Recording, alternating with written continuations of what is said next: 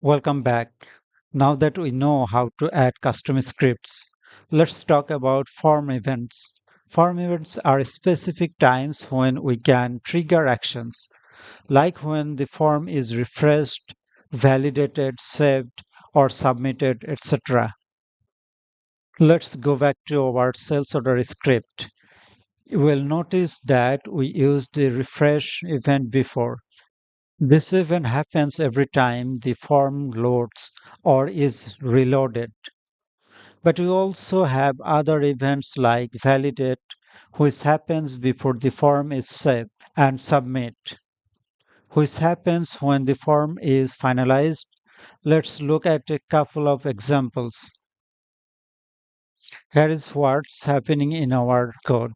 First, in the refresh event, we simply log a message that says form refreshed.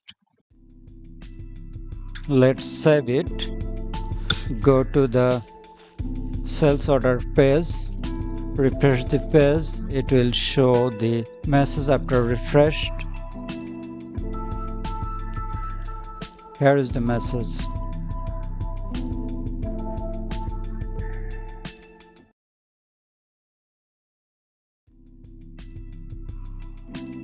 Validate event, we check whether the customer name field has been filled. If it is empty, we show a warning message and prevent the form from saving.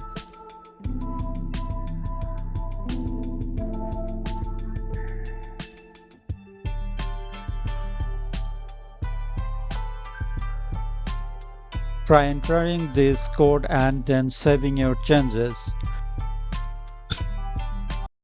Go to the sales order doc type and reload the page to apply the code.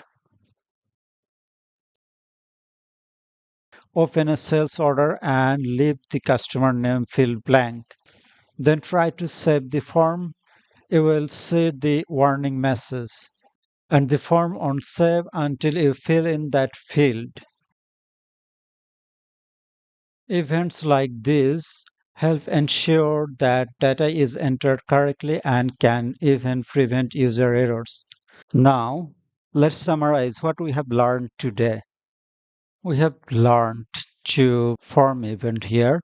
One is refresh event, another is validate event.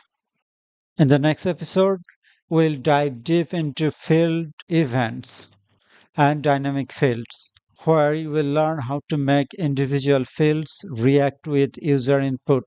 Till then, stay connected with us and don't forget to subscribe the channel.